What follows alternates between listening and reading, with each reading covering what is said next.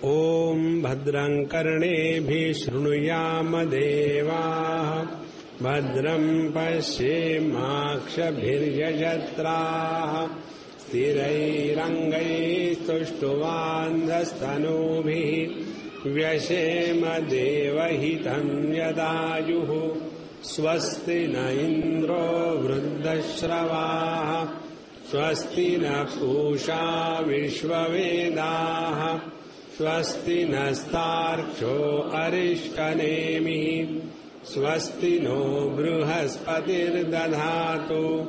ॐ शान्ति शान्ति शान्ति। हम पांचवें मंत्र से पढ़ेंगे। विविक्त देशे च सुखासनस्थः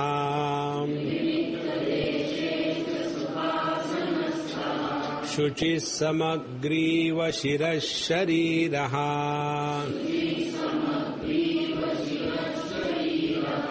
अत्याश्रमस्थः सकलेन्द्रियाणि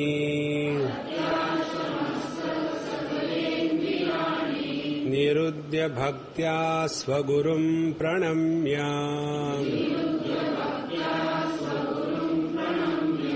हृत्पुण्डरीकं विरजं विशुद्धम् विचिन्त्य मध्ये विशदं विशोकम्।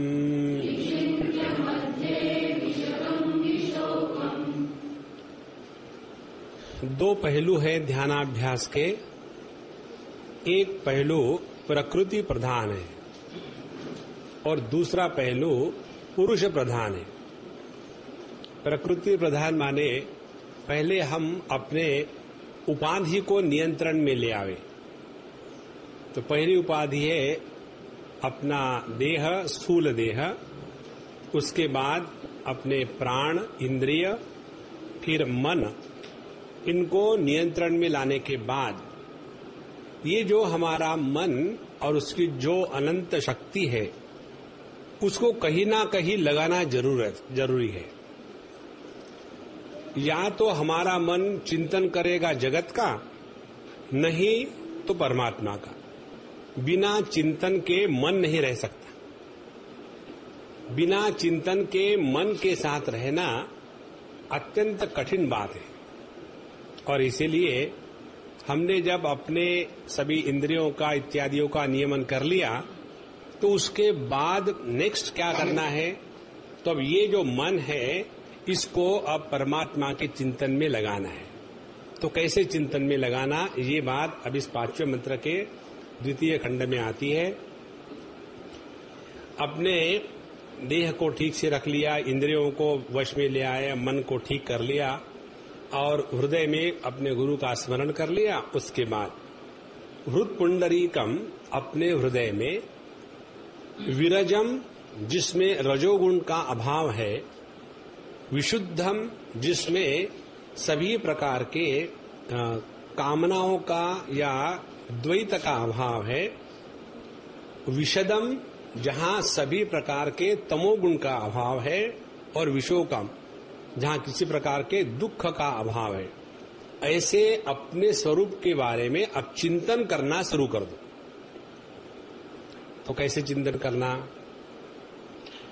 मैं विरज हूं। विरज माने जिसमें से रजोगुण का समापन हो चुका है।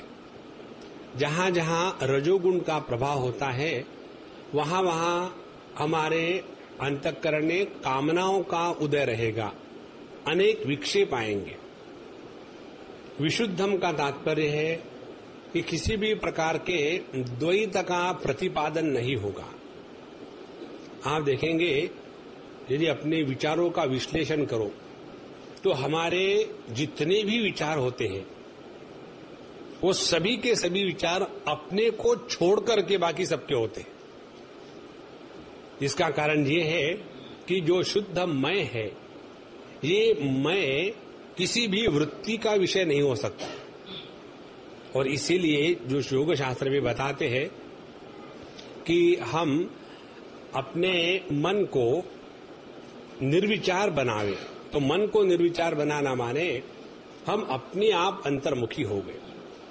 विशुद्धम और आगे विशदम विशोकम। हम में किसी प्रकार का शोक या विषाद होता है जब हमने किसी के प्राप्ति का या किसी के हानि का विचार किया हो। तो इन सब का तात्पर्य ये है, जब तक हमारे हृदय में जगत के प्रति महात्म्य बुद्धि बनी हुई है, तब तक के विक्षेप आएंगे, तब तक के सुख दुख के अनुभूतियां होगी, तब तक के अच्छा बुराई का महात्म्य बना रहेगा। और इसीलिए हम अपने अंतःकरण को एकदम निर्विचार अवस्था में ले जाने का प्रयत्न करने के लिए ये चिंतन की पद्धति है। कई बार ये प्रश्न पूछा जाता है कि हमारे मन में बड़ी विक्षेप है, उसका कैसा नियंत्रण करें?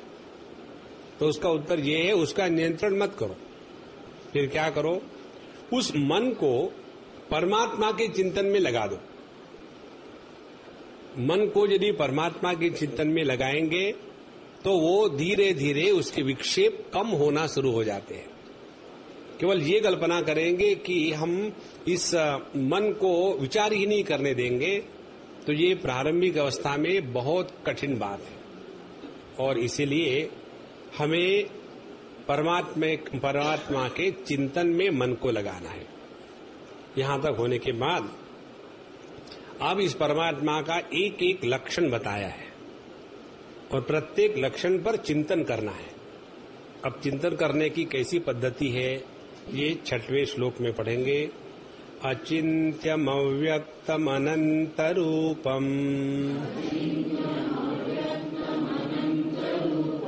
शिवम प्रशांतम अमृतम ब्रह्म योनिम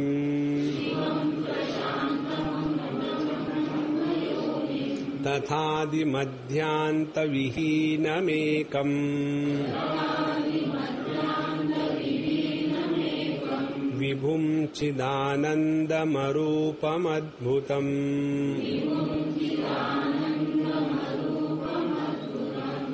अपने हृदय में इस परमात्मा का चिंतन शुरू कर दे। कौन है परमात्मा?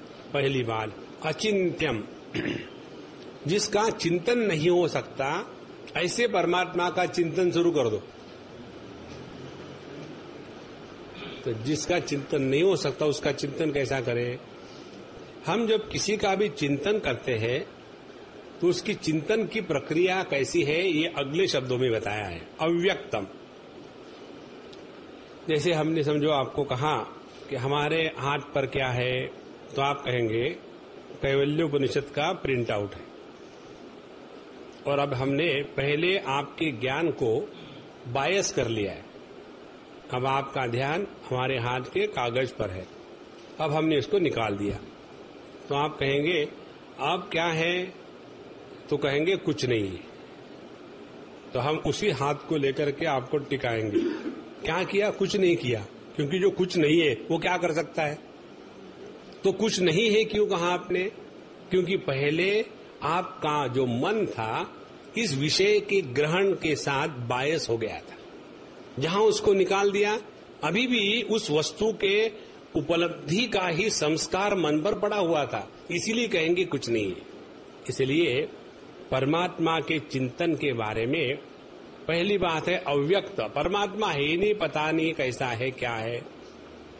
तो परमात्मा के बारे में सबसे पहली जो चिंतन की धारा है उसमें अव्यक्तता है।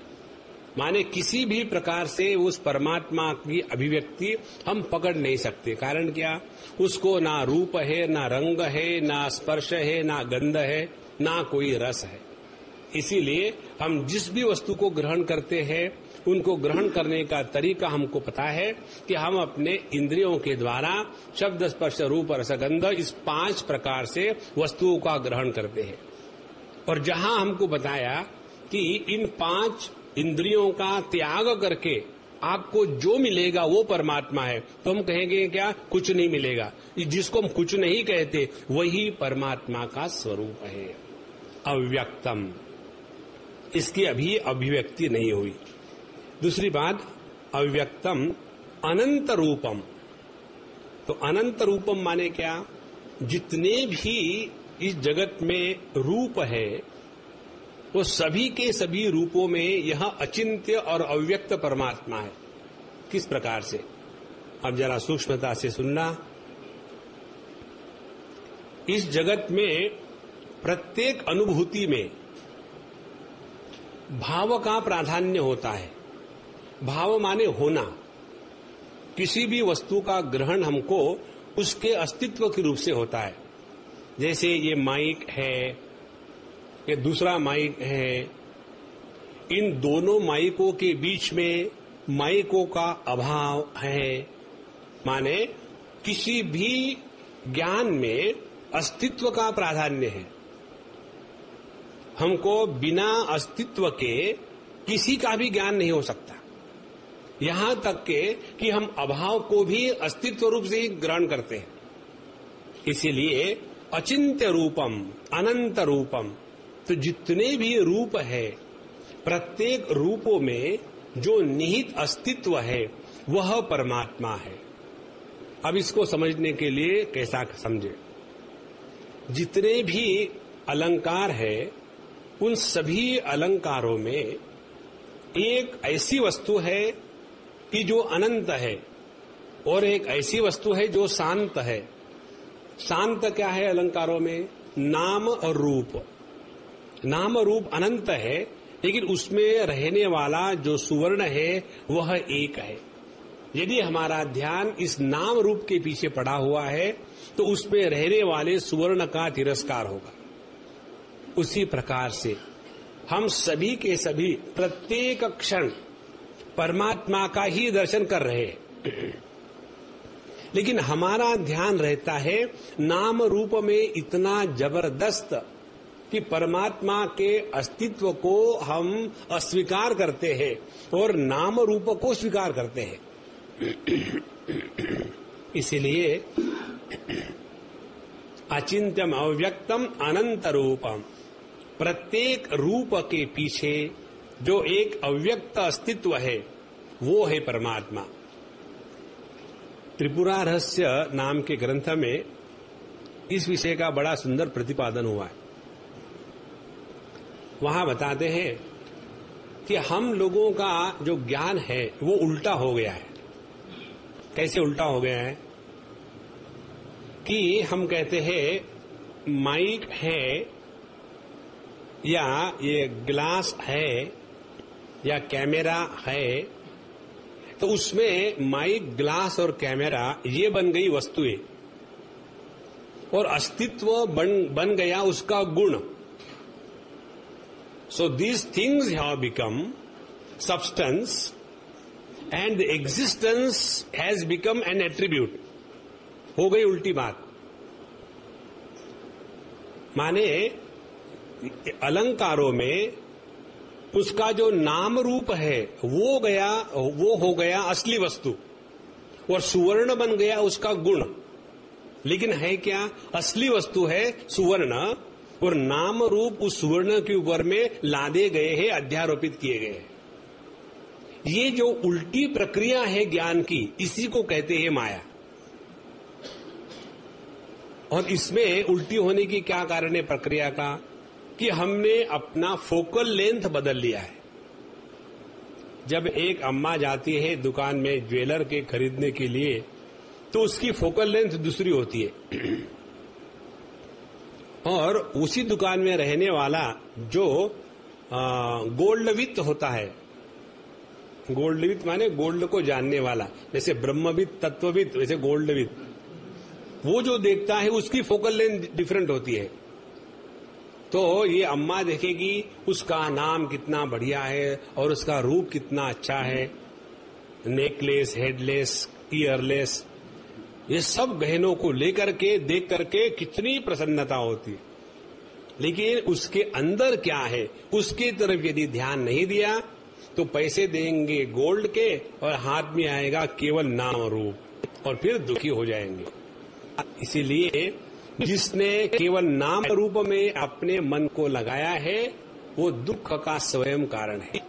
और यदि हमने अपने मन को उसका जो अधिष्ठान है सुवर्ण उसमें लगाएंगे तो नाम रूप का भी आनंद मिलेगा और सुवर्ण के प्राप्ति का भी लाभ मिलेगा। इसलिए जगत के दर्शन में हमको एक ही बात करनी है कि अपनी फोकल लेंथ हमको एडजस्ट करते आनी चाहिए। भले कहने के लिए भिन्नता कहे, लेकिन ज्ञान में अभिन्नता होवे। जैसे हम अपने बारे में देखते हैं तो कहेंगे कि ये दाहिना हाथ है, ये बायां हाथ है, ये दाहिना पैर है, ये बायां पैर है, ये पेट है, ये मुंह है, ये नाक है। तो भिन्नता की बात कर रहे हैं।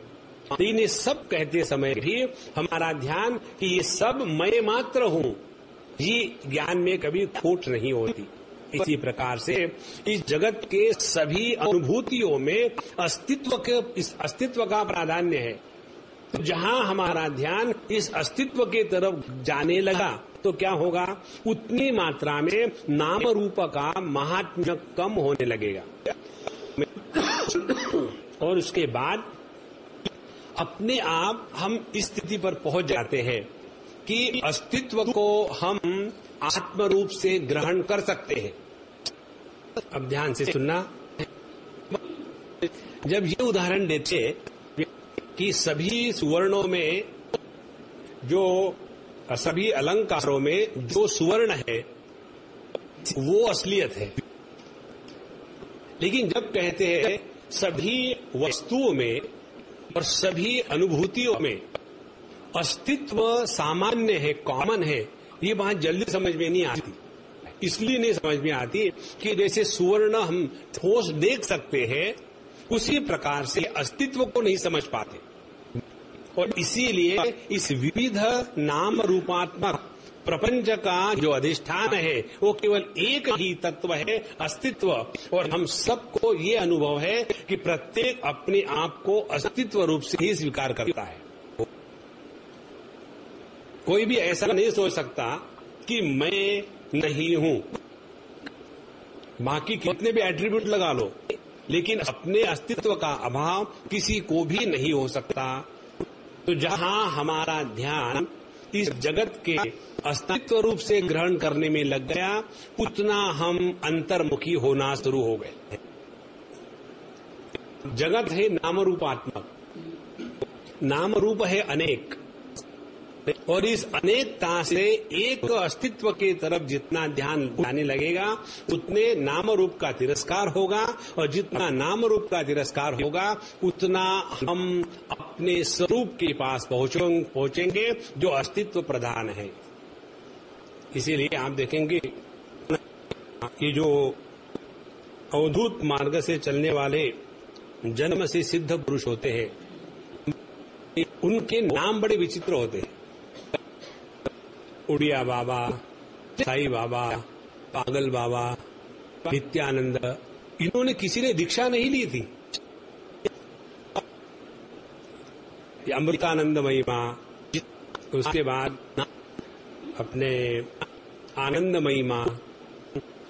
अमृतानंदमयी माँ को जो नाम दिया गया अमृतानंदमयी, वो उनके पहले शिष्य ने दिया है ना उल्टी बात? माने गुरु ने शिष्य को नाम नहीं दिया, वहां उल्टा हो गया है।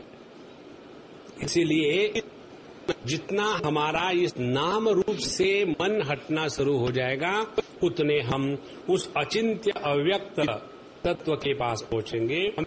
अनंत रूपम और शिवम। शिवम माने जो सबसे पवित्र है। सबसे पवित्र क्या है? जिसमें द्वैत की दुर्गंध नहीं है, वो पवित्र है।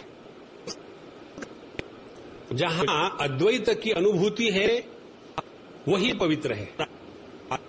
जो हमने कई बार आपको उदाहरण दिया, फिर रिपीट करते हैं इस शिव तत्व को समझने के लिए। जिसको हम अपने अहम में इंक्लूड करते हैं वो पवित्र है, और जिसको हम अपने अहम से तिरस्कृत करते हैं वो अपवित्र हो जाता है। जैसे समझो आप कहीं से आए और आपको कहीं बाथरूम टॉयलेट जाना था, लेकिन जगह नहीं मिला, मौका नहीं मिला, चलो पहले मंदिर में हो आते। तो वैसे ही ऊपर गए मंदिर में और सामने भगवान के खड़े हैं। उस समय हमको ध्यान कहाँ है? जोर से बीपी बढ़ा हुआ है। बीपी माने बाउल प्रेशर, नहीं तो ब्लैडर प्रेशर। जोर से बढ़ा हुआ है, उस समय हमारा ध्यान उस पर है, फिर भी मन में अपने ही पेट के अंदर रहने वाले गंदगी को लेकर के किसी के भी मन में अपवित्रता की भावना नहीं आती। अभी करके देखो आप, सुबह जो अच्छा खाना खाया हम लोगों ने, उसका अंदर में जाकर के कूड़ा करकट ही तो बना है, और ऐसा नहीं कहते नहीं तो ब्राह्मण है।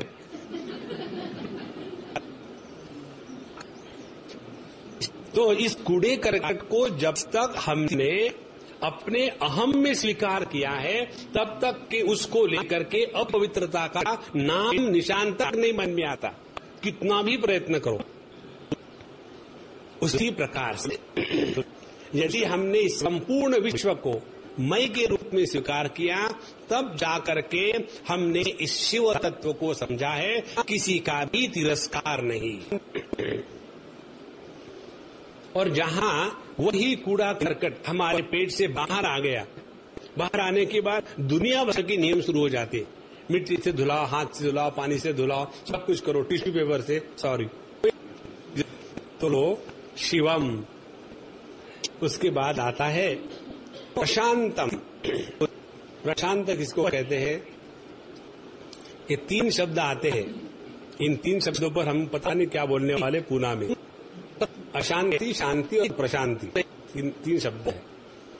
अशांति होती है, कोई एक्सप्लेन करने की जरूरत नहीं, हमको मालूम है, अच्छी बात है। शांति होती है जो अशांति का विरोधी है, वो है शांति। और प्रशांति क्या है? जो अशांति और शांति दोनों का समर्थन करती है, किसी का विरोध नहीं करती, वो है प्रशांति। इसलिए साईं बाबा का जो स्थान है उसका नाम है प्रशांति निलयम। वहां किसी का भी कोई भी विरोध नहीं है, चाहे ब्राह्मण, क्षत्रिय, वैश्य, शूद्र, ब्रह्मचारी, गृहस्थ, वानप्रस्थ, सन्यासी, हिंदू, मुसलमान, क्रिश्चियन, सिख, सभी के सभी का जो समर्थन करता है वही प्रशांत रह सकता है। जहां हमारे हृदय में किसी भी प्रकार का भेद निर्माण हो गया तो हम प्रशांत तो छोड़ो, शांत भी नहीं रह सकते। इसलिए प्रशांतम, किसी भी प्रकार के तत्व का यदि हम निश्चय करना चाहते हैं तो सभी भेदों के ऊपर उठना है। उपनिषद में एक मंत्र आता है, विजानन विद्वान भवते नातिवादी। जिसने तत्व को पहचाना है वो किसी भी प्रकार का अतिवाद नहीं करता। अतिवाद करना माने दुराग्रह करना, किसी भी प्रकार का दुराग्रह नहीं।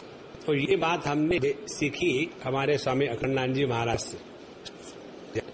हम आपको बताए, ये बड़ी महत्व की बात है। एक बार हम कलकत्ते में थे और उस समय उनकी तबीयत ठीक नहीं थी, अखंडानंद जी महाराज की। वो बिरला हाउस में आए हुए थे।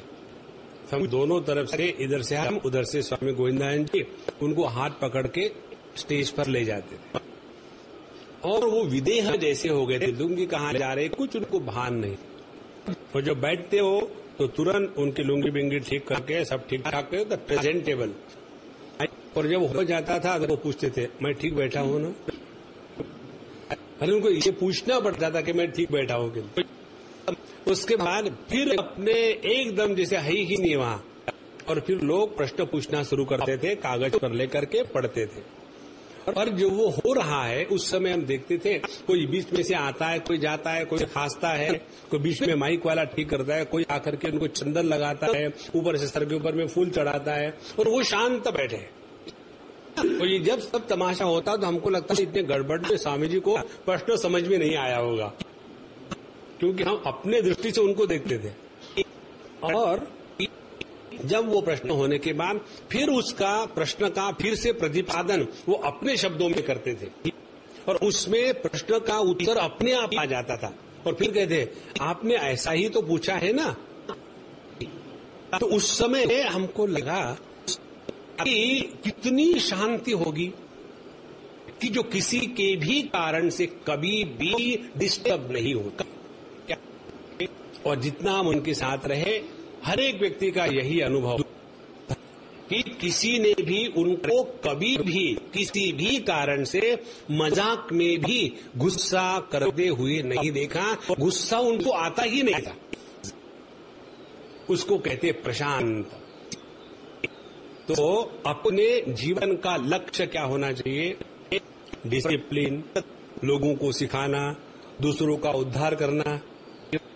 हमारे स्वामी निसर्गदत्त महाराज कहते थे, all those who have come to save this world they were shaved off, the world continues to be as it is. ये दुनिया हमेशा ऐसी ही रही है, इसका कोई बदल नहीं कर सकता। इसलिए यह प्रशांत तत्व को पकड़ लो। तो साधना क्या हो गई? साधना ये हो गई, हम किसी भी कारण से विक्षेप को प्राप्ति ना होवे, डिस्टर्ब नहीं होना है, गुस्सा नहीं करना है, बिल्कुल हृदय में कसम खा के रखो, चाहे कुछ भी हो जाए। हम पिछले बार सातारा गए थे, बहुत ही अच्छा स्थान। सातारा के जैसा स्थान हमको पूरे इंडिया में कहीं नहीं मिला। इतना शांत है, किसी को किसी प्रकार की जल्दी नहीं, किसी को किसी प्रकार की परेशानी नहीं, सब कुछ शांत शांत चलता है। वहां एक मंदिर में हमारे लेक्चर थे, वहां एक जगह में चिपका हुआ था, लिखा हुआ मराठी में, बड़े सरल शब्दों में लिखा था, काहीही झालं तरी ओरडू नका, रागावू नका, क्रोध करू नका, शांत रहा। How beautiful it is. There is nothing that you can justify that you are angry. No. जितना हम इस गुस्से को जस्टिफाई करेंगे उतना हम गुस्सा करते रहेंगे, और गुस्सा करेंगे तो प्रभु से दूर चले जाएंगे। क्योंकि परमात्मा क्या है? ये है प्रशांतम, और यही है अमृतम ब्रह्म योनिम। अमृत माने जिसमें मिठास है, जिसमें रस है। तो किसी प्रकार से गुस्सा नहीं करना या रिएक्शन नहीं करना, इसका मतलब ये नहीं कि मुंह फुला के बैठ लेना, ये भी बहुत गलत बात है। हमको एक बात याद आती इसको लेकर के। एक जगह में एक पोते ने अपने दादा को डांटा, कुछ तो भी किया होगा, और वो जो दादाजी थे अपने बच्चों के लिए हिटलर थे। और अब पहला पोता हो गया। पोता होने के बाद दादा को ज्यादा ही प्यार आता है पोते पर। अपने बच्चों को तो खूब डांटा पीटा, लेकिन पोते को लेकर के सर पे चढ़ाते, और पोता भी चढ़ जाता है सर पर। एक बार उस दादा ने कुछ तो भी गलत किया, टीवी का या कुछ तो भी, तो पोते ने डांट दिया, दादाजी आपको आता जाता कुछ नहीं, हर जगह में मुंह पर लगाते, चुप बैठो मां, ऐसा कह दिया। और अब दादा को गुस्सा आने लगा, ठीक है मैं बेकार हूं, मुझे कुछ नहीं आता। बोले हाँ ठीक बात है, आपने कहाँ देखा था टीवी? तो चुप हो गए। अब बोले मैं कुछ बोलूंगा ही नहीं, मत बोलो। 1 दिन 2 दिन 4 दिन 6 दिन सबका सब गुस्सा उनका जो हमेशा का था दबाते गए। ब्लड प्रेशर में प्रॉब्लम, उनको नींद आना खराब हो गया, सब कुछ बड़ा विचित्र उनका बिहेवियर। डॉक्टर को बुलाना शुरू कर दिया, कुछ फर्क नहीं। उसके बाद जो दादी थी उन्होंने कहा मैं इनको ठीक करती हूँ, फिक्र मत कर। और दादी को तो मालूम होता है दादा की वीक पॉइंट्स क्या है, उसको लेकर के उनको गुस्सा देना शुरू कर दिया। और जब दादा ने देखा कोई नहीं घर में, तो सबका सब गुस्सा दादी पर निकाल दिया। जितने 1 हफ्ते का गुस्सा जब निकाल दिया ना, तब शांत हो गए। हाँ, इसीलिए प्रशांत जो है ये अमृत स्वरूप है, इसमें सफोकेशन नहीं है, इसमें रस है। जितना व्यक्ति रसिक होगा, जितना व्यक्ति अपने हृदय में रहने वाले उस आनंद का पान करने वाला होगा, वो इस जगत के किसी भी वस्तु व्यक्ति के द्वारा प्रभावित नहीं होता। यह है अमृतम और ब्रह्म योनि। यही ब्रह्म योनि का तात्पर्य है। संपूर्ण विश्व की जो योनि है प्रकृति, उसका जो अधिष्ठान है वह परमात्मा। 14वें अध्याय में ब्रह्म शब्द का उपयोग माया के लिए किया गया है। तो वही यहाँ कहते हैं कि शिवम प्रशांतम अमृतम ब्रह्म योनि। आगे बताते ये सब चिंतन चल रहा है परमात्मा का, तथा आदि मध्य अंत विहीनम, जिसका प्रारंभ नहीं है, जिसका मध्य नहीं है और जिसका अंत नहीं है। अब ये देखो किस पर लागू होता है, ये लागू होता है अपने आप पर। हमको हमारा आदि कब है ये कभी पता नहीं चल सकता। किसी को भी अपने जन्म का अनुभव आज तक नहीं हुआ है। जब जन्म होता है तब प्रारंभ होता है। तो हमको किसी को भी आज तक अपने जन्म का अनुभव नहीं है, क्योंकि हम नित्य उपलब्ध है, जिसका बिगिनिंग कहीं नहीं है। फिर वो अपने स्कूल में जो लिखते वो क्या है, वो कागजबाजी है, उसका कोई मतलब नहीं। पहले जमाने में ये जो तारीख लिखते थे, मुझे याद है एक बार मैं एक स्कूल में था, गांव की स्कूल थी, और वहां गए, स्वामी जी आकर के हमारे बच्चों को आशीर्वाद दे दो। हम गए, वहां छोटा सा गांव था। हमने कहा दिखाओ मुझे ये जरा आपके स्कूल के बच्चे का रजिस्टर मुझे दिखाओ। बोले क्यों? ना ऐसी इच्छा हो गई। तो रजिस्टर देखा, सबकी जन्म तारीख एक।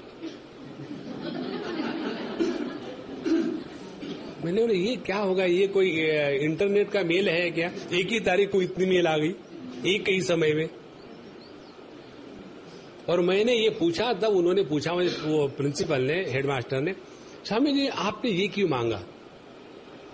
हमने कहा इसलिए मांगा, ये सभी बच्चे एक ही क्लास में है, समझो चौथी क्लास में है, लेकिन सभी के सभी इतने भिन्न भिन्न उम्र के लगते हैं। ऐसे लगता है कि कोई 10वीं में होना चाहिए था, चौथी में बैठा है। ऐसे उन्हें लगता है कि कोई लड़का दूसरी में होना चाहिए, वो भी चौथी में बैठा है। तो ये कैसे हो सकता है? समझो डिफरेंट रेसेस के होते, कोई निग्रो होता, कोई अमेरिकन होता, कोई ऑस्ट्रेलियन होता, तो उनके स्ट्रक्चर में फर्क स्वीकार होते। सभी हिंदुस्तानी इकट्ठे एक ही ब्रांड के हैं, लेकिन इतने लंबे चौड़े कैसे है ये? तो इसीलिए मैंने पूछा। तो जब उनके सबके एक तारीख देखी, क्या तारीख थी? 1 जुलाई। हाँ, 1 July was date for everybody. तो हमने कहा ये ऐसा क्यों? बोले स्वामी जी यहाँ ये जो माँ बाप ले आते हैं बच्चों को, किसी को उनके बच्चों का जन्मदिन मालूम नहीं होता, और हर एक को मुझे ही पैदा करना पड़ता है। तो मैं सोचता हूँ उनको ऐसा पैदा करें ताकि वो अपने जीवन में ठीक से चले। सबकी एक ही डेट बिल्कुल फिट हो गई है। तो हमारे स्कूल में जितने एडमिट होते हैं सबकी डेट ऑफ बर्थ 1 जुलाई। देखो, किसी को भी अपने जन्म का अनुभव नहीं है, इसीलिए हम ही अनादि हैं। देखो, जागृत अवस्था कब से प्रारंभ होती है? जहां हमारा स्थूल देह के साथ तादात्म्य हो गया, जागृत अवस्था, जागृत जगत प्रारंभ हो गया। जहां स्थूल देह के साथ तादात्म्य समाप्त हो गया, जागृत अवस्था, जागृत जगत समाप्त हो गया। लेकिन मेरा प्रारंभ हुआ और मेरा अभाव हुआ, ये किसी को भी अनुभव नहीं आता। इसीलिए अनादि मध्य अंत विहीनम, दूसरा है अंत विहीनम। हमको अपने ना तो जन्म का अनुभव है, ना तो मृत्यु का है। एक बार मुझे किसी ने प्रश्न पूछा था, स्वामी जी ये बच्चे लोगों को डर क्यों नहीं लगता? वहां एक चित्र था न्यूज़पेपर में, एक बच्चा एक सांप के साथ खेल रहा था और उस बच्चे ने उस सांप को उठाया, और बच्चे खाते ही हर चीज को, तो वो मुंह के पास ले आया और वो सांप की जिह्वा उस बच्चे के मुंह को लग रही थी, और फिर भी उस बच्चे को कोई डर ही नहीं है। ऐसी बात हमने देखी थी। हम अपने अनिल मनसुखानी के साथ गए थे स्कैंडिनेविया घूमने के लिए 2 महीने के लिए। वहां एक जू में गए, एक वहां इतना बड़ा पायथन था, ऐसा अजगर जिसको बोलते, इतना बड़ा। और वहां की जो लड़की थी बोले ठीक है कुछ नहीं करता है, तो उसके साथ खेलने लगे। फिर वो जो बड़ी लड़की है वो कह रही थी कि मुझे इसको दुपट्टे के जैसा लेकर के शिवजी के जैसा उसका फोटो निकलना है। तो वो पायथन उसकी इस पर डाला और वो अपने मुंह में से जिह्वा निकलता था। तो उसके जिह्वा को बच्चे अपनी जिह्वा से किस करते थे और हम बड़े लोग दूर से अरे बाप रे ये काट लेगा तो क्या होगा। तो हमको यदि किसी चीज का अनुभव हुआ तो उसके बारे में डर होता है, ये बात मालूम है। लेकिन जिसका हमको अनुभव ही नहीं है उसके बारे में काहे का डर। यदि हमको किसी को मृत्यु का अनुभव हुआ होता तो हमें मृत्यु का डर लगता, ये बात समझ में आ गई। तो हमारा जो मृत्यु का डर है इसका कोई अधिष्ठान नहीं है, काल्पनिक मात्र है। इसीलिए अनादि मध्य अंत विहीनम और एकम, एकम यही एक ही तत्व है। चाहे उसको आप अचिंत्य कहो, अव्यक्त कहो, अनंत रूपम कहो, शिवम कहो, प्रशांतम कहो, अमृतम ब्रह्म योनिम कहो, आदि मध्य अंत विहीनम एकम। और ये जो एक है ये कैसा एक है, ये किसी का विरोधी नहीं है। देखो भैया, एक इस बात को समझ लो, हम जब विरोध करते हैं तब वाद विवाद करते हैं। जब वाद विवाद करेंगे तो अपने मन की शांति नष्ट हो जाती है। वादो न अवलंब्या, ये जो नारद भक्ति सूत्र का सूत्र है बहुत बढ़िया है।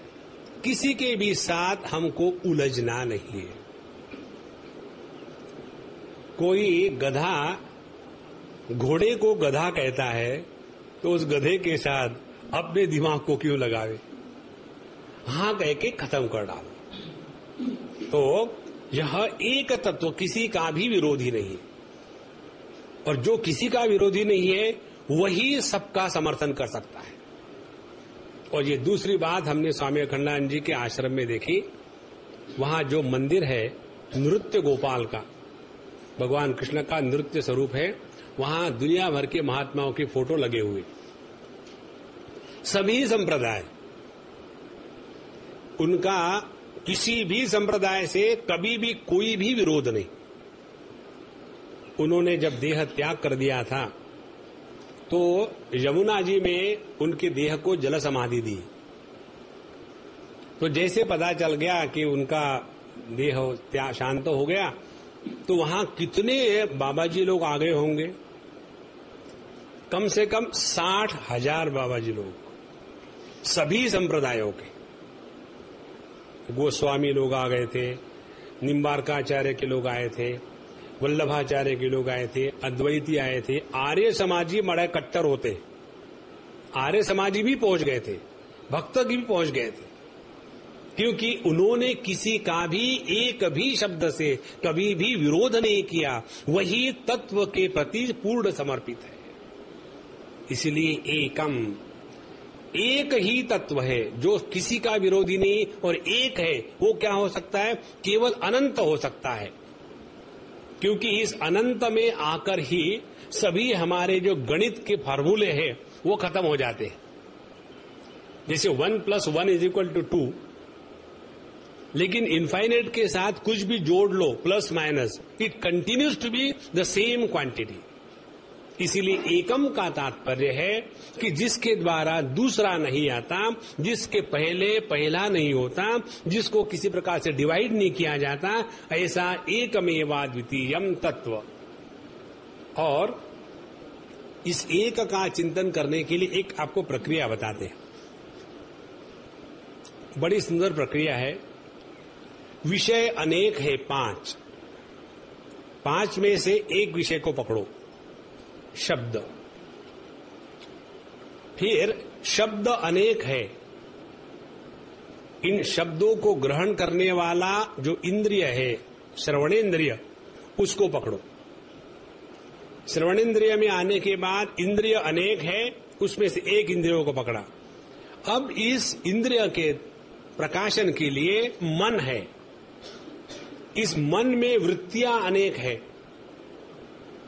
और उस सभी वृत्तियों को प्रकाशित करने वाली अहम वृत्ति एक है। तो इदम जो अनेक वृत्तियां हैं वहां से अपने ध्यान को हटा करके अहम वृत्ति पर ले आवे। अहम वृत्ति में भी अहम वृत्ति का भावाभाव है। कभी अहम वृत्ति जागृत रहती है तो जागृत स्वप्न की अनुभूति आती है, और जब अहम वृत्ति लीन रहती है तब हमको सुषुप्ति का अनुभव आता है। दुर्दृश्य विवेक में बताया है कि जब हमारा अहम वृत्ति का पूर्ण विकास हो गया तब हम जागृत अवस्था में होते हैं। जब हमारे अहम वृत्ति का अर्ध विकास होता है तब हम स्वप्नावस्था में होते हैं। जब अहम वृत्ति का शून्य विकास होता है तब हम सुषुप्ति अवस्था में होते हैं। लेकिन वृत्ति अहम के साथ जुड़ी रहती है। तो एकम का तात्पर्य हो गया कि अहम वृत्ति के 3 जो भेद हैं इसको भी निकाल दिया, तो जो वृत्ति रहित अहम है वो केवल एकमात्र है। जागृत अवस्था के अहम का स्वप्नावस्था के अहम के साथ कोई संबंध नहीं, और इसीलिए अहम जो एक है उसकी यदि परिभाषा देखेंगे शास्त्रों के अनुसार, अ माने नहीं, हम माने हननम नाश, जिसका कभी नाश हो ही नहीं सकता वो है अहम, और वही है परमात्मा, और वो है एकमात्र। इस प्रकार से एक का चिंतन करते रहे। तो समझो हम बैठे हैं आंखें मूंद करके और अभी तक सोए नहीं है, तो फिर आप देखेंगे दुनिया भर के शब्द सुन रहे, उसमें से एक शब्द को पकड़ो, और उस एक शब्द को पकड़ने के लिए जितने आप सूक्ष्म हो जाओगे उतने हम शब्द से हट करके इंद्रिय पर आ गए, इंद्रिय से हट करके इदम वृत्ति पर, इदम वृत्ति से अहम वृत्ति पर, अहम वृत्ति से शुद्ध अहम पर, और ये शुद्ध अहम एकमात्र है। इस प्रकार से तत्व का चिंतन करने में जो लगा है उसके बुद्धि में किसी भी प्रकार के जगत का कोई विषय प्रवेश नहीं कर सकता। जगत हमारे हृदय में तब प्रवेश करता है जब हमारा अंतःकरण परमात्मा के चिंतन में आनंद नहीं लेता था। तो तथादि मध्यांत विहीनमेकम विभुम, विभुम जो सर्वव्यापी है। विभु का दूसरा अर्थ है विविधम भवति, जो जिस एक ने ही अनेक रूप धारण किए। जैसे एक ही पानी ने कार्य कारण रूप धारण किया है, समुद्र के रूप में कारण बनता है, लहरें के रूप में कार्य बनता है, लेकिन दोनों में एक ही वस्तु है। इसीलिए विभुम सर्वव्यापी, और वही एक ने अनेकता के नाटक रचाए हैं। अब जैसे कैसे देखो, मैं एक ही हूं, उपाधि की दृष्टि से देखे तो अनेक हो जाता हूं।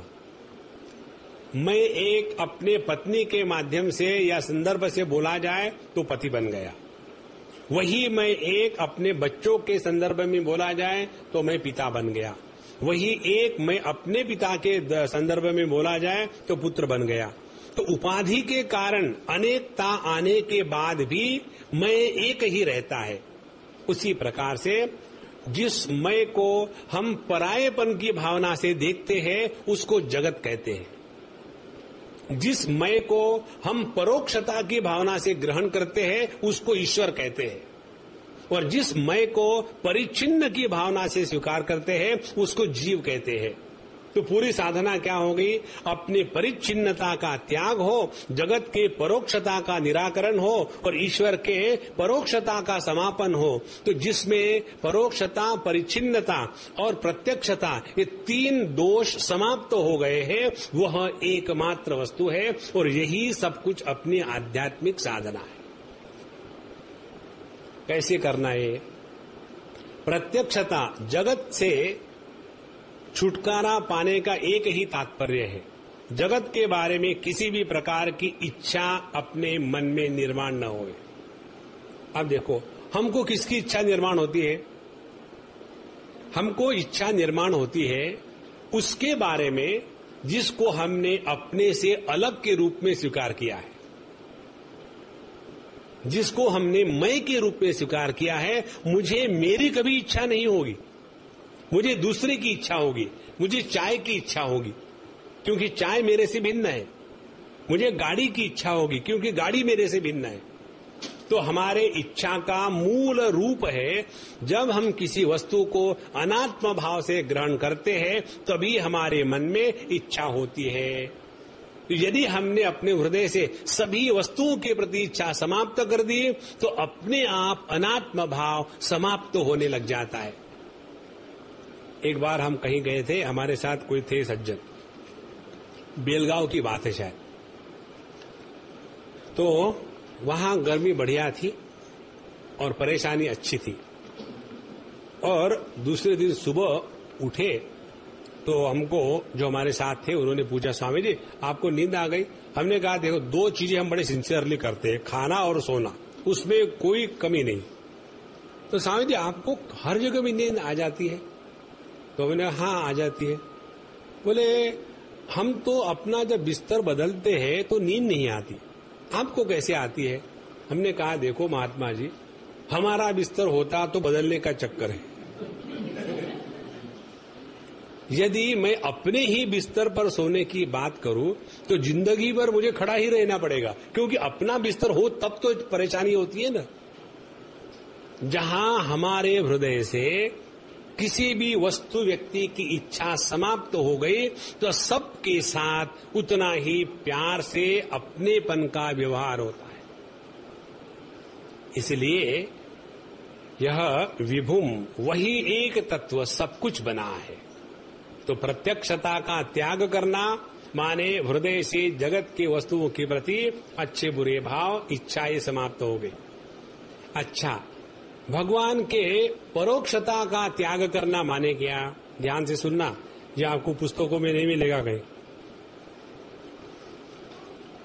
भगवान के परोक्षता का त्याग करना माने भगवान को आत्म स्वरूप से ग्रहण करने की साधना करना। कैसे? हम सभी के सभी एक ही समय में 2 in 1 है। जैसे टेप रिकॉर्डर और रेडियो 2 in 1 होता है ना, वैसे। कैसे? जब हम अपने इंद्रियों के, मन के गुलाम होते हैं तब हम है जीव, और जब हमने अपने इंद्रियों, मन को अपने नियंत्रण में रखा है तब हम हो गए ईश्वर। जो प्रकृति का गुलाम है वो जीव है, जो प्रकृति का नियंत्रण करने वाला है और प्रकृति के द्वारा प्रभावित नहीं होता, उपाधि असंस्पृष्टत्वम ईश्वरत्वम। पतंजलि योग दर्शन का ये सूत्र है। ईश्वर किसको कहते हैं? जो उपाधि के द्वारा प्रभावित नहीं होता वो ईश्वर है। हमारी उपाधि क्या है? हमारा देह, हमारे इंद्रिय, हमारा मन, हमारी बुद्धि। यदि हम इनको अपने नियंत्रण में रखें तो वो ईश्वर कहीं पेड़ों के ऊपर में नहीं है, वो हमारा ही स्वरूप है। इसीलिए 15वें अध्याय में जीव को ईश्वर के रूप में कहा है। पहले प्रसंग प्रारंभ करते हैं वहां, ममैवांशो जीवलोके जीवभूत सनातनः, मेरा ही अंश जीव है। और फिर कहते हैं दूसरे श्लोक में, उत्क्रामति ईश्वरः, वो जीव असल में ईश्वर स्वरूप है जब उसने अपने सभी इंद्रियों को, मन को अपने नियंत्रण में रखना है। इसीलिए ईश्वर की प्राप्ति का तात्पर्य है अपने इंद्रिय, मन, बुद्धि, देह, इस पर 100% अपना नियंत्रण आ जावे, तब जाकर के ईश्वर की प्राप्ति होती है। हमारे ईश्वर प्राप्ति का स्टाइल कैसा है? हम बैठे और सामने से भगवान आ जाए तो दर्शन कर लेंगे। कैसा? हम सेठ जी है, सामने सेठानी खड़ी है, उसके ऊपर में चारों तरफ से सोना लटक रहा है और गोद में चुन्नू मुन्नू बैठे हुए, एक की उंगली नाक में, एक की कान में, और उस समय हम 500 की नोटें गिन रहे हैं और उस समय भगवान आ जाते हैं तो देख लेंगे। इसीलिए ईश्वर दर्शन का तात्पर्य है अपने उपाधि पर संपूर्ण नियंत्रण का अनुभव। ये दूसरा भेद समाप्त हो गया विभुम। और तीसरा, अपना जो परिच्छिन्न रूप हमने स्वीकार कर लिया है। जब हमने अपने आप को छोटे समझते हैं ना, तब व्यक्ति दुखी होता है। जितने हम अपने को ज्यादा छोटे समझेंगे उतने ज्यादा दुखी, और जितने ज्यादा दुखी उतने ज्यादा अहंकारी। ये बात समझ लेना भैया। अपने ऊपर में क्या लिखा है यहां? Be happy.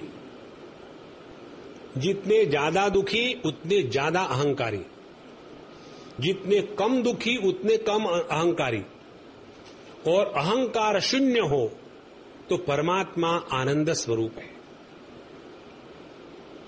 इसीलिए किसी भी प्रकार से अपने आप को दुखी होना समर्थन करना ये अपने ही अहंकार की अभिव्यक्ति है। अब छोटी सी बात समझ लो, आपके पास कोई आया और रोना,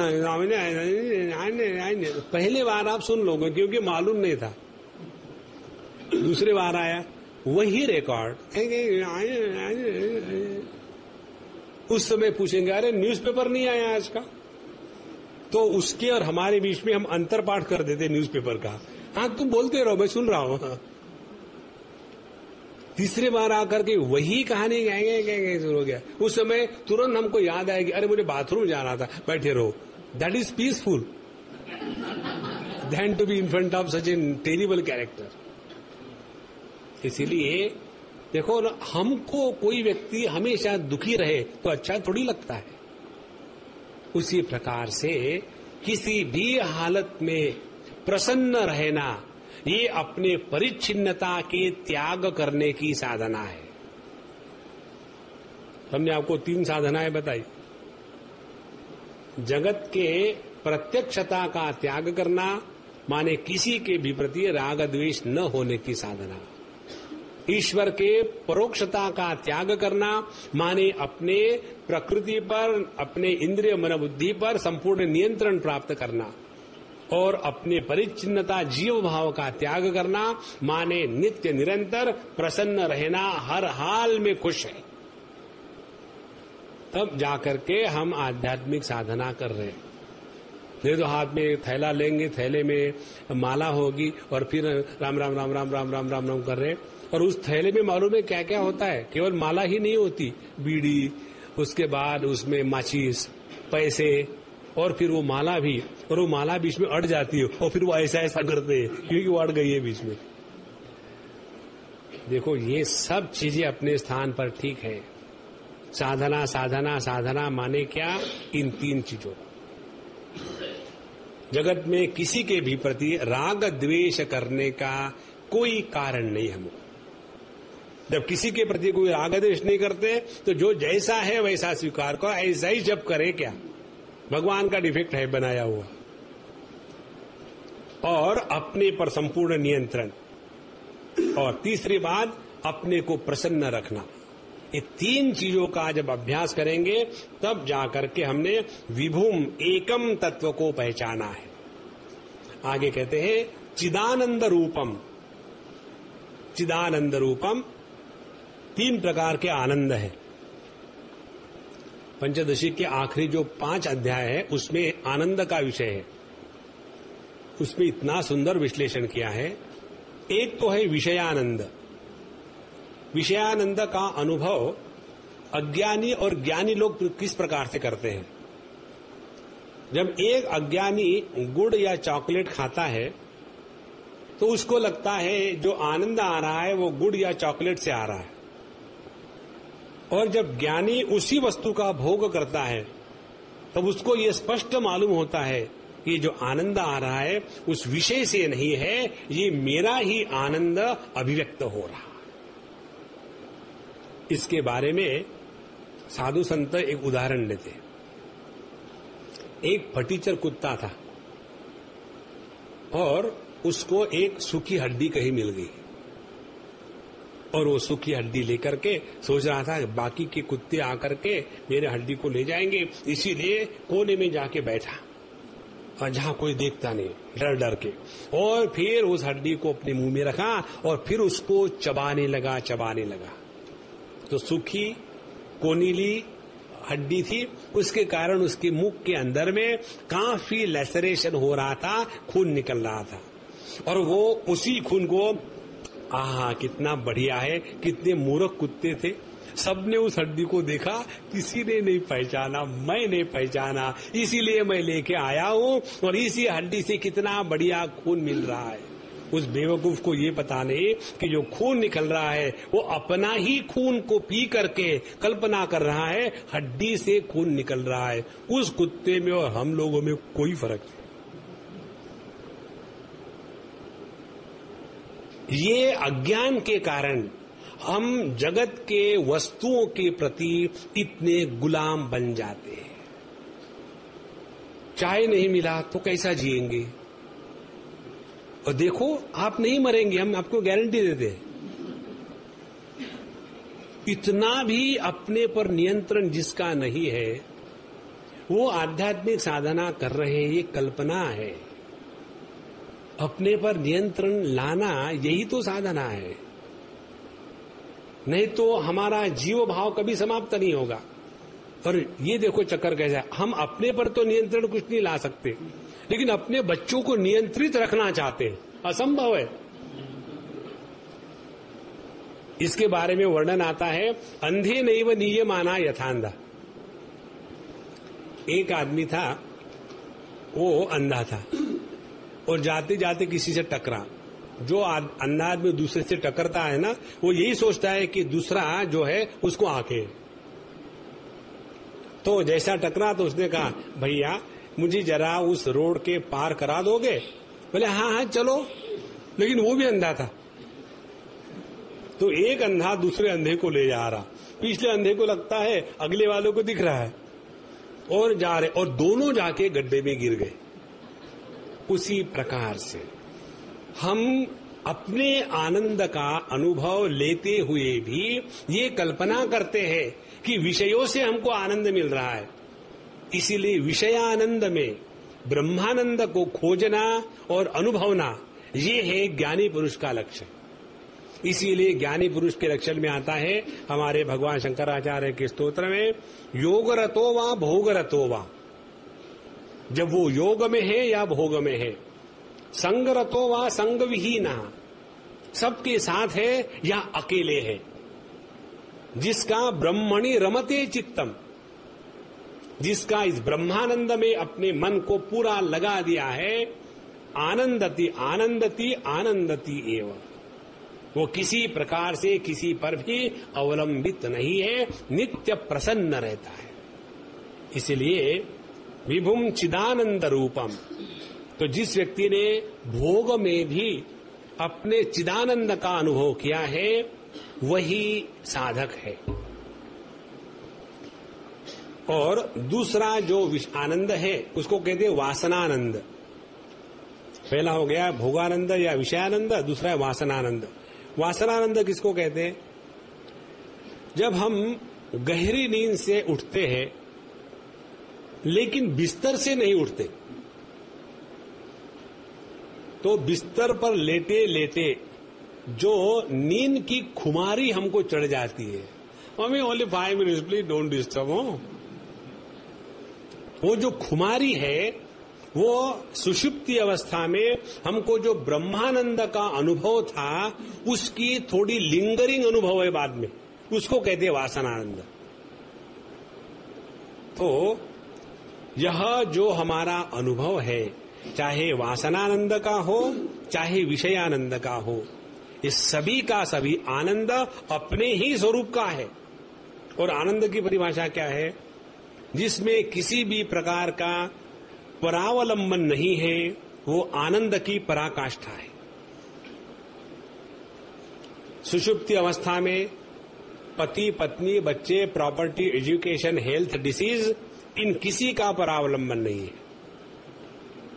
और इसीलिए जिस सुषुप्ति अवस्था में हम सबका त्याग कर देते हैं और जो वहां हमको आनंद आता है, वो आनंद विषयों का नहीं है, वो हमारे प्राप्ति का नहीं है, हानि का नहीं है, वो आनंद ब्रह्मानंद है। इसीलिए उसको कहते हैं आनंदमय कोश।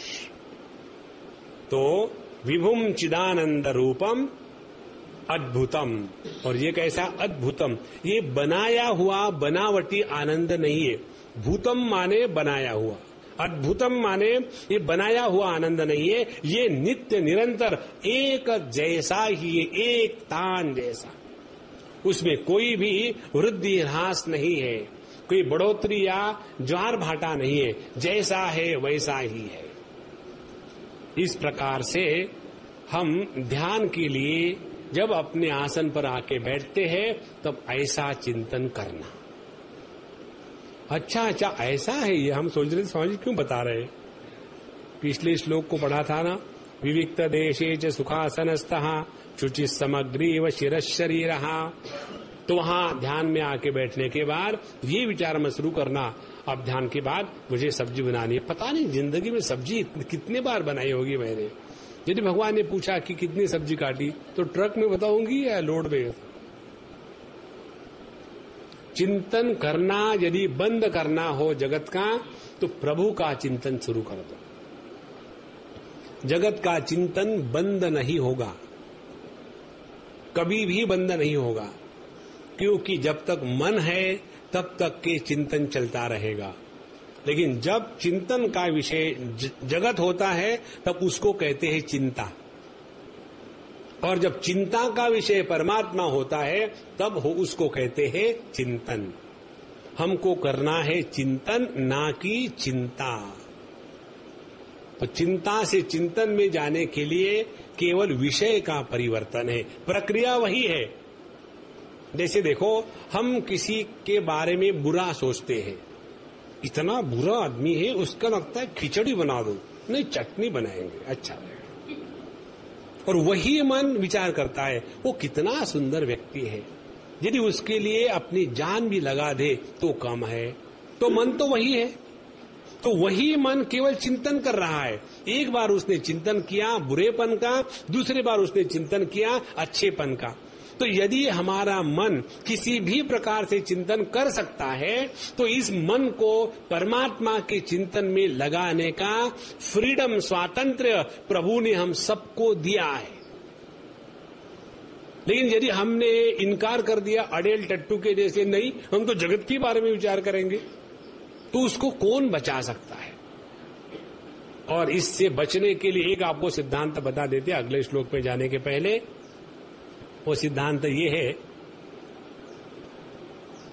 हम इस जगत में आने के पूर्व इस जगत में किसी चीज की कमी नहीं थी। हम इस जगत से जब चले जाएंगे तो जगत में किसी चीज की हानि नहीं होगी। तो जिसके अभाव में लाभ हानि नहीं होती, उसके भाव में क्या भाव मिलेगा? देखो, अब ये कल्पना करो, कल्पना नहीं वास्तविकता है। हमको सबको अपने माँ बाप याद है, किसी किसी को दादा दादी नाना नानी याद है। बहुत रेयर ऐसे होंगे जिनको पड़दादा पड़दादी पड़नाना पड़नानी याद है।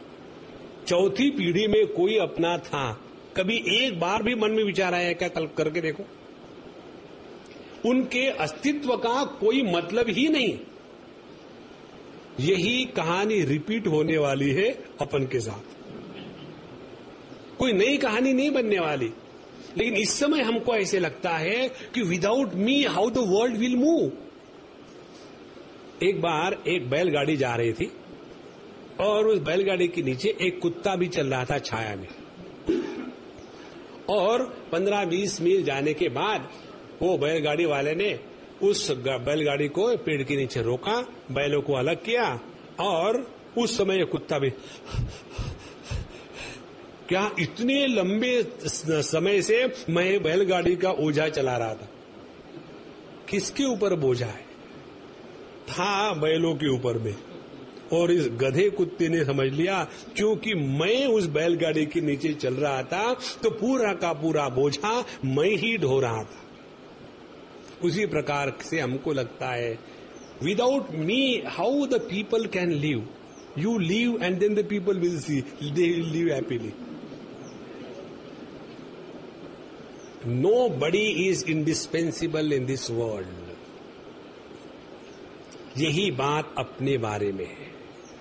इसलिए अद्भुतम, ये बड़ा अद्भुत तत्व है, ये हमेशा ऐसा ही रहा है। इसमें कोई लाभ नहीं, कोई हानि नहीं।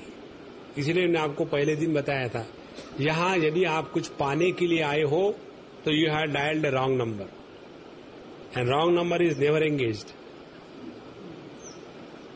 आपको यहां कुछ नहीं मिलेगा, सब कुछ खोना है। त्यागी नहीं के अमृतत्व मानसु, जितना हम खो सकेंगे उतना हम पा सकेंगे। जिन खोया है सो पाया है। तो क्या क्या खोना है?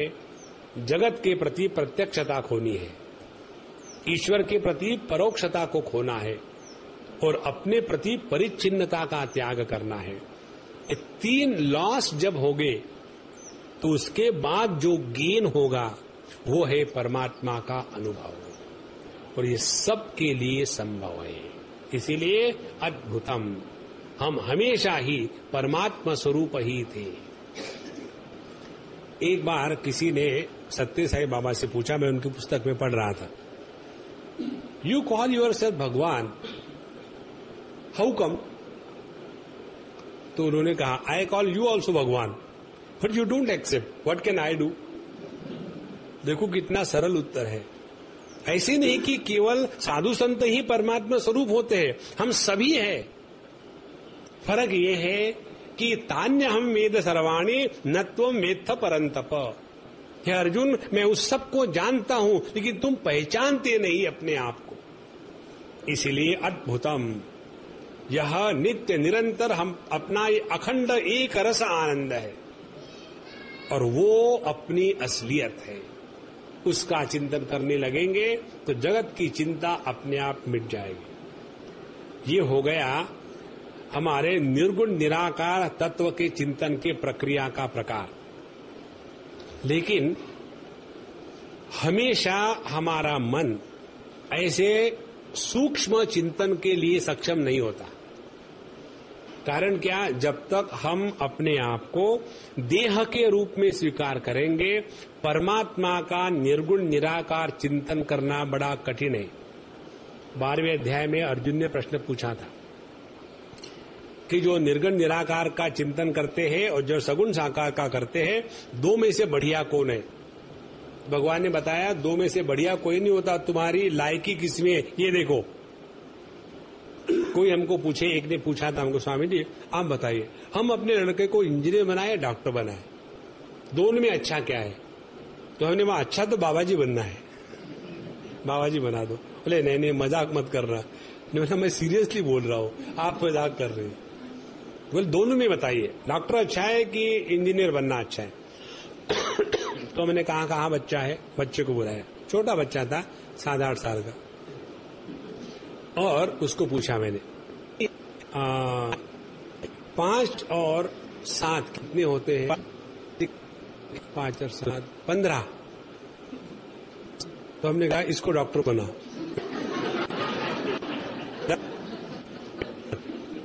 तो साहब आपने कैसा निर्णय ले लिया? मैंने बोला देखो, डॉक्टर अच्छा है कि इंजीनियर अच्छा है वो चक्कर नहीं है, ये लड़का लायक किस लिए। एक बार एक सरदार जी का जोक मैंने किसी बच्चे ने सुनाया। उस सरदार जी ने अपने बच्चे को पूछा, बेटा बता, पुत्र 10, मैंने बेटा बता 50 और 25 कितने होते हैं? तो उसने कहा 65। तो उसको उसके पिताजी ने अच्छा बेटा चॉकलेट दे दिया। और दूसरा आदमी देख रहा था, बोले इसने 50 और 25 को 65 बताया, फिर भी आपने उसको चॉकलेट दे दिया। बोले कल से बेहतर है। बोले कैसे? कल उसने 60 कहा था।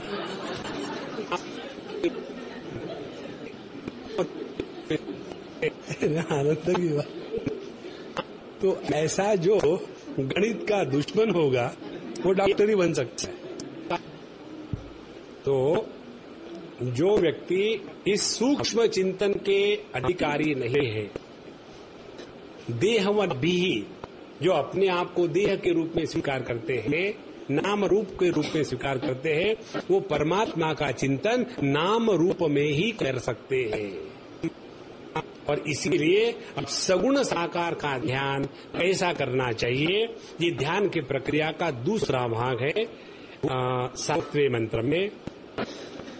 उमा सहायम परमेश्वरम प्रभुम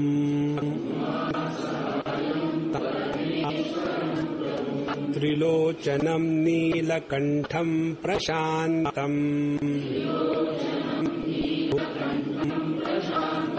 ध्यात्वा मुनिर्गच्छति भूतयोनिम्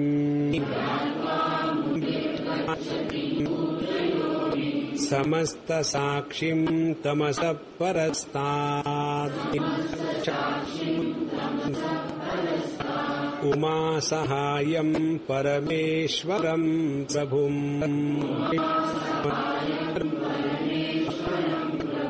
त्रिलोचनं नीलकण्ठं प्रशान्तम्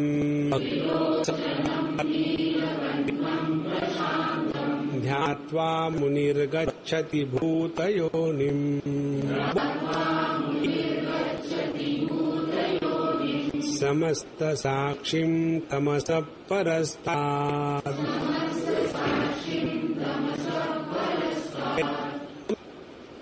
अब हम भगवान के सगुण साकार के ध्यान की प्रक्रिया देखेंगे। उमा सहायम परमेश्वरम प्रभुम ध्यात्वा। भगवान शिव जी की हम ध्यान की प्रक्रिया कर रहे हैं। देखो, दो प्रकार के ग्रंथ माने गए हैं। एक को कहते हैं आगम शास्त्र और दूसरों के कहते हैं निगम शास्त्र। तो जो वेद इत्यादि है ये आते हैं श्रुति में, और जो आगम शास्त्र है, आगम शास्त्र का आधार लेते हैं जो नाथ संप्रदाय वाले लोग हैं, या जिसको कश्मीरी शैवाइज्म कहते हैं, या जिसको अद्वैत ईश्वरवादी कहते हैं, या जिसको योग मार्ग के चलने वाले हैं। ये लोग जिसका उपासना के लिए आधार लेते हैं वो है शिव जी भगवान। और हमारे संत ज्ञानेश्वर की जो अमृतानुभव ग्रंथ है उसमें प्रथम अध्याय में इसी के आधार को लेकर के सब कुछ बताया है। तो उमा सहायम परमेश्वरम प्रभुम ध्यात्वा। तो पहले हम भगवान के इस सगुण साकार रूप का ध्यान करना शुरू कर दें। कौन है वो? वो है उमा सहायम परमेश्वरम प्रभुम। वो प्रभु जो सर्वशक्तिमान है, उसने अपनी उमा माने अपने शक्ति का आधार लेकर के इस संपूर्ण जगत के स्थिति, लय और उत्पत्ति के लिए जो लग गया है, ऐसे सगुण साकार ईश्वर का हम ध्यान करते हैं।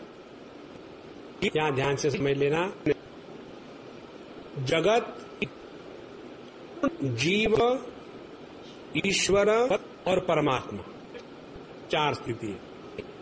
जगत है जड़ात्मक, ईश्वर है चैतन्य स्वरूप लेकिन परिच्छिन्न चैतन्य स्वरूप, और जीव है परिच्छिन्न चैतन्य स्वरूप ईश्वर ने। तीसरी बात है ईश्वर है परिपूर्ण चैतन्य स्वरूप, और जो परब्रह्म परमात्मा है वो जड़ चेतन के परे है। फिर से हम रिपीट करते हैं, जगत और जीव, जगत जड़, जीव चैतन्य, और ये जो चैतन्यमय जीव है ये परिच्छिन्न चैतन्य है, अपने आप को परिच्छिन्न समझने वाला। फिर जीव और ईश्वर, जीव और ईश्वर में दोनों चैतन्यात्मक है, लेकिन जीव हो गया परिच्छिन्न, ईश्वर हो गया परिपूर्ण। और उससे भी आगे जब चले जाते हैं परब्रह्म परमात्मा, जहाँ जड़ चेतन परिच्छिन्न परिपूर्ण ये भेद समाप्त हो गए, ऐसा जो एकमेवाद्वितीय तत्व है वो है परब्रह्म परमात्मा। तो इस परब्रह्म परमात्मा के बारे में समझने के लिए हरेक के लिए संभावना नहीं होती, और इसीलिए ऐसे साधकों के लिए सगुण साकार परमात्मा की उपासना का नियम शास्त्रों में बताया है। अब ध्यान से समझ लेना इसको भी। एक व्यक्ति के घर हम गए और उन्होंने अपने दोनों बच्चों का इंट्रोडक्शन कर दिया। स्वामी जी, ये हमारा लड़का एमएससी कर रहा है, ये जो दूसरा है ये तीसरी क्लास में है। अब इन दोनों बच्चों का इंट्रोडक्शन कर दिया तो क्या हम ऐसा कहेंगे इस माँ ने अपने एक बच्चे की तो तारीफ करी है और दूसरे का तिरस्कार किया है? नहीं। उसी प्रकार से यदि हम परमात्मा तत्व के निर्गुण निराकार के अधिकारी है या हम सगुण साकार के अधिकारी है, इसके द्वारा किसी को अच्छा बुरा कहने का तात्पर्य नहीं होता। तो वे तो इसी चक्कर में पड़े रहेंगे कि हम तो जरा हाई स्टैंडर्ड के हैं, हम तो ब्रह्म के नीचे उतरते ही नहीं, हमेशा ब्रह्म में ही रहते हैं। देखो बाबा, समझ लो इस चीज को। इसीलिए जब तक हम स्वयं को देह के रूप में स्वीकार करते हैं, जब तक हम स्वयं को सगुण साकार के रूप में स्वीकार करते हैं, तो परमात्मा को भी सगुण साकार में समझना आसान होता है। एक बार भगवान रमण महर्षि को किसी ने पूछा था, हे भगवान ये बताइए, परमात्मा निर्गुण निराकार है, तो ये सगुण साकार की उपासना करने की क्या आवश्यकता है? तो उन्होंने पूछा कि तुमको किसने बताया कि निर्गुण निराकार परमात्मा सगुण साकार नहीं हो सकता? ये बताओ, तुम जीव हो ना? बोले हाँ। तो जीव का कौन सा आकार है? देखो जरा ध्यान से सुनना। एक जीव हाथी के रूप में पैदा हुआ और उसका अगला जन्म मच्छर का था।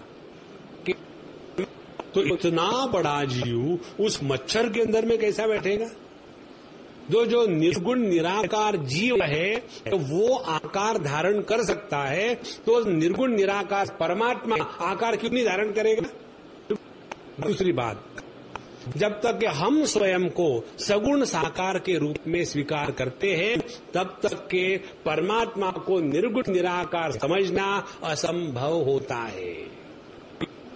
इसीलिए 12वें अध्याय में भगवान ने यही बताया है, जो स्वयं को सगुण साकार के रूप में स्वीकार करते हैं, उनको परमात्मा के निर्गुण निराकार का चिंतन करना बड़ा कठिन है। तो ऐसे जो साधक है हम लोगों के जैसे, हाँ, अब पता चला किसके जैसे, हम लोगों के जैसे, क्योंकि हम में किसी को भी ये संदेह नहीं है कि हम देह है, किसी को भी संदेह नहीं। इसमें हम इतने निष्ठावान हो गए हैं। एक जगह में किसी प्रदेश की बात है, वहां एक कार्यक्रम के उद्घाटन के लिए हमको बुलाया था। Swami ji please come. हम गए वहां, और कार्यक्रम क्या था, एक नई सोसाइटी उन्होंने शुरू करी थी, उसका उद्घाटन मुझे करना था। सोसाइटी क्या थी? महिला वेदांत समाज। तो हमने कहा कि लिज्जत पापड़ है क्या?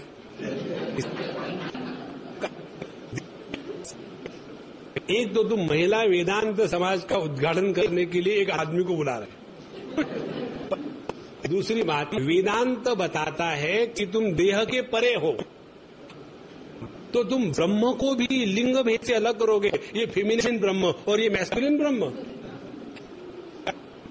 इसलिए जब तक हम इस देह में फंसे हुए, देखो भाई, यदि स्त्रियों के मन में ये विचार आते रहेंगे कि पुरुष हमको परेशान करते हैं, हमको दबाते हैं, हमारा तिरस्कार करते हैं, तो समझ लेना अभी हम देह में फंसे हुए हैं। और यदि पुरुषों के मन में ये प्रसंग आता है कि इन लेडीज के कारण हम बड़े परेशान हैं, तो वो भी देह में फंसे हुए हैं। हमारे मन में स्त्री पुरुष को लेकर के एक भी विचार न आवे, हमारे मन में कोई उम्र में बड़ा उम्र में छोड़ना, उसको लेकर के विचार न आवे, तब जाकर के धीरे धीरे धीरे इस देह भाव से हम हटते हैं। इसीलिए जब तक हम देह समझते अपने आप को, तब तक के परमात्मा का सगुण साकार चिंतन करना है। तो उमा सहायम परमेश्वरम प्रभुम, भगवान शिव जी उमा जी के साथ है, वो परमेश्वर है। परमेश्वर है माने इस संपूर्ण सृष्टि के निर्माता परमेश्वर प्रभु, और उनको उनका पालन करने वाले समर्थ है प्रभु। त्रिलोचनम, और उनकी 3 आंखें हैं। 3 आंखों का तात्पर्य क्या है? 3 प्रकार के दृष्टियों से हमको ज्ञान होता है। एक है न तत्र चक्षुर्गच्छति, केनोपनिषद की श्रुति। कठोपनिषद की श्रुति है न तत्र सूर्यो भाति न चंद्र तारकम नेमा विद्युतो भांति कुतोयम अग्नि। हम विषयों का प्रतिपादन करते हैं, समर्थन करते हैं ज्ञानेंद्रियों के द्वारा या वाणी के द्वारा या मन के द्वारा। तो जिसके ये 3 आंखें हैं, हम या तो ज्ञानेंद्रियों के द्वारा जगत के साथ संपर्क प्रस्थापित करते हैं, या तो वाणी के द्वारा, या तो मन के द्वारा।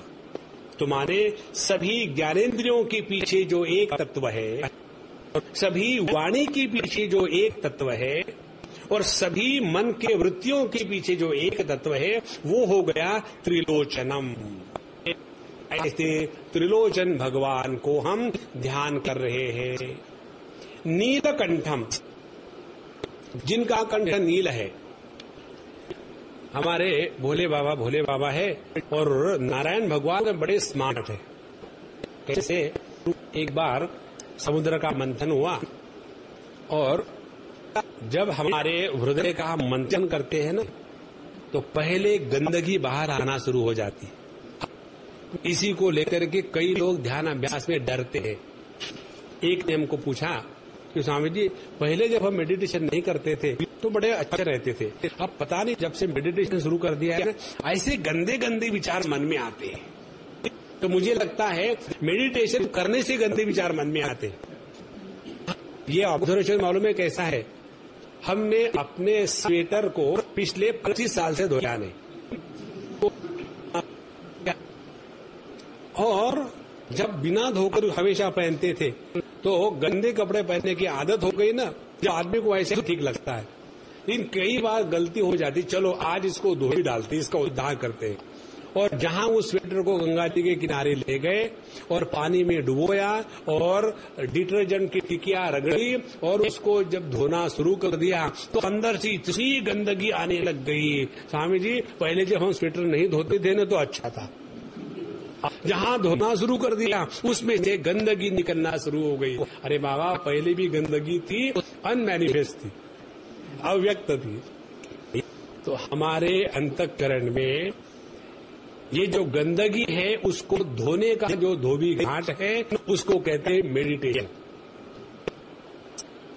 घबराओ मत, अपने मन के अंदर में छिपी हुई गंदगी को हमको निकालना है, उसको दबा के नहीं रखना है।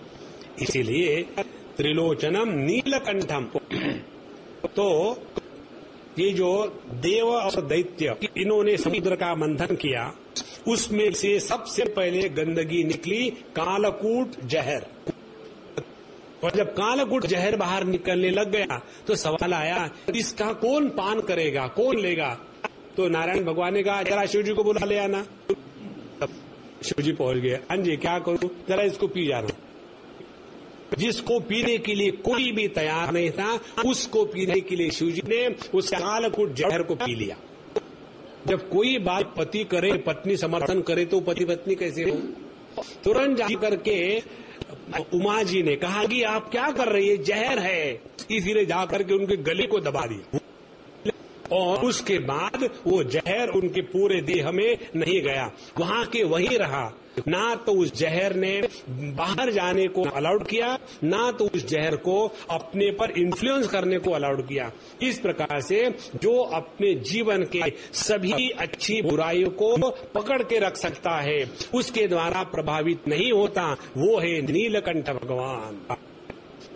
तो ऐसे भगवान का जो ध्यान करेगा, अब देखो, जिसने भगवान शिव जी की उपासना करी है, वो अपने आप शांत रहता है। क्योंकि भगवान शिव जी का जो ध्यान का रूप है, वो ऐसा नहीं कि धूम धड़ाका नहीं, वो शांत बैठे हुए हैं। हमारे स्वामी जी का पवई का जो आश्रम है, उसमें जाकर के शिव जी की मूर्ति देखो, कितनी प्रसन्न मुद्रा है। तो ये जो प्रसन्नता है शिव जी के उस रूप की, उसके द्वारा प्रसन्न को देखो तो हम भी प्रसन्न हो जाते हैं। सामने हमेशा रोने वाला हो तो हमको भी गुस्सा आने लग जाता है। इसीलिए अपने आप को इस सगुण साकार के ध्यान में लगा दे। शिवम त्रिलोचनम नीलकंठम प्रशांतम, अत्यंत शांत है। और ध्यात्वा मुनि गच्छति भूत योनिम, और ये जो शिव जी भगवान है, ये क्या है? भूत योनिम। इस सभी का निर्मित स्थान है, सभी का सभी मुझसे ही प्रारंभ हुआ है। तो इसी इसमें अगला एक मंत्र आएगा, वहां कहते हैं कि मय्येव सकलम जातम मयि सर्वम प्रतिष्ठितम मयि सर्वम लयम याति तद ब्रह्माद्वयम अस्म्यहम। सभी का सभी मुझ में ही निर्माण हुआ है, सभी का सभी मुझ में ही है, सभी मुझ में ही लय हो जाएगा। क्यों? यदि मैं नहीं है तो जगत नहीं है, मैं नहीं है तो ईश्वर नहीं है, मैं में ही सब कुछ समाया हुआ है। तो इस मैं को कहते हैं भूत योनिम। ऐसे शिव भगवान को ध्यात्वा, इसका जब ध्यान करेंगे मुनि ही गच्छति, तो ऐसे जो मननशील है समस्त साक्षी तमसहा परस्तान, वो सभी के साक्षी परमात्मा को प्राप्त हो जाते हैं। तो समस्त साक्षी का क्या अर्थ है उसको हम अगले बार देखेंगे। अभी यहाँ समापन करते हैं। ओम पूर्णमदः पूर्णमिदं पूर्णात् पूर्णमुदच्यते पूर्णस्य पूर्णमादाय पूर्णमेवावशिष्यते।